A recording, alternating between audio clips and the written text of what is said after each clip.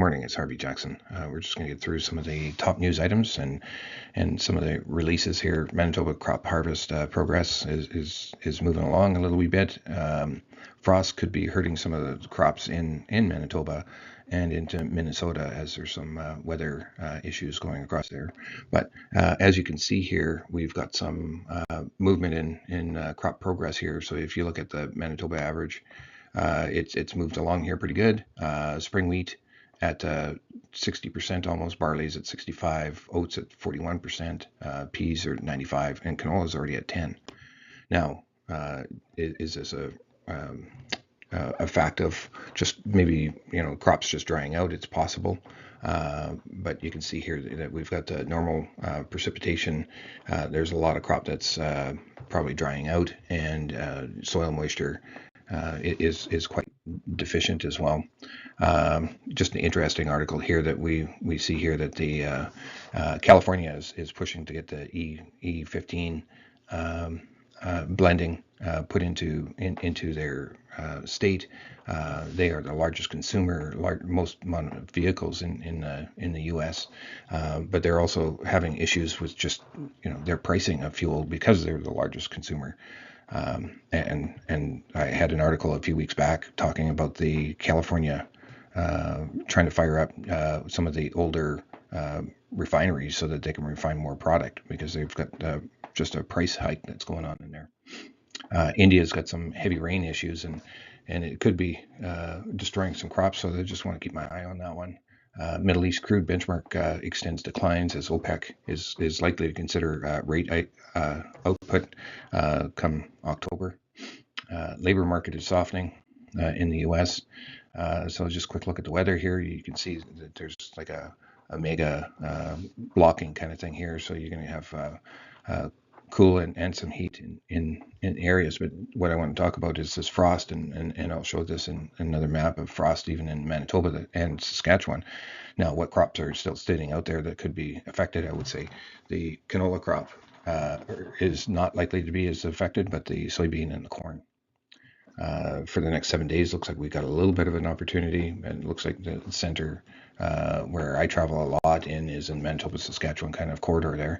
Looks like we're going to get a little bit of moisture there. Here's the radar pushing some moisture into Saskatchewan right as we speak, and you see this wave going across the U.S. as well. Here's the next few hours, how that radar is going to perform. This is the one that I wanted to maybe just get through quickly. You can see that frost and temperatures moving up and down on this map, but you can see that you're down to 1 degree for temperature and pushing maybe some of those issues on frost on some of those later season crops. Here's your humidity, and you can see the relative humidity during the day versus night here, but we're looking for these lower humidity so that we can actually get some harvest done. And it does look like we're going to have some systems that are going to be a little bit challenging for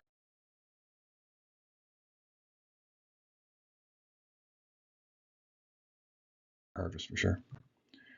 Just a quick look at the market. Canola, as I took the snapshot, is down 5.5. Rapeseed is down 6.25. Getting close to its lows that it's made in the past or recent history here. Soybean oil down as well. Your palm oil is slightly up. Crude oil is down almost a whole dollar. Soybeans and meal are down, and your spring wheat is holding on to just slight gains, but your Chicago and your Kansas wheat are down. And the Canadian dollar is slightly up. So just a quick look at it here. This is a slide that we've had, and we're still anticipating getting close to that $600 value. Exits at 603 for clients with their actual shorts on. I would be paying attention to the Jan contract on the three ways that we have going on, and we have a 620 as your floor. We don't have to panic at 620, but we should be looking at an exit strategy on that as well. And still thoughts are that we'd probably just go into another short position to go all the way down to this 580. Rapeseed, this is what I was talking about. We're almost at these lows that we already made back here. We're getting very close, and we're just counting the tail on there. So we're making new crop year lows here on European rapeseed. Price differential is at 125, $126.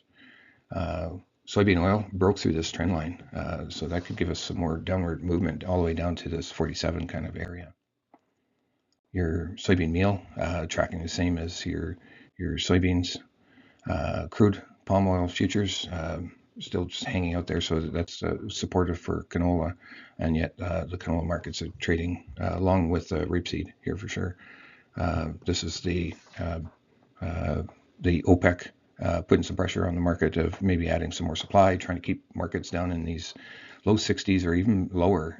They still make money at that with the OPEC countries, and that all by itself is actually not necessarily really helpful for the renewable fuel programs, because lower priced crude oil puts pressure on profitability for sure.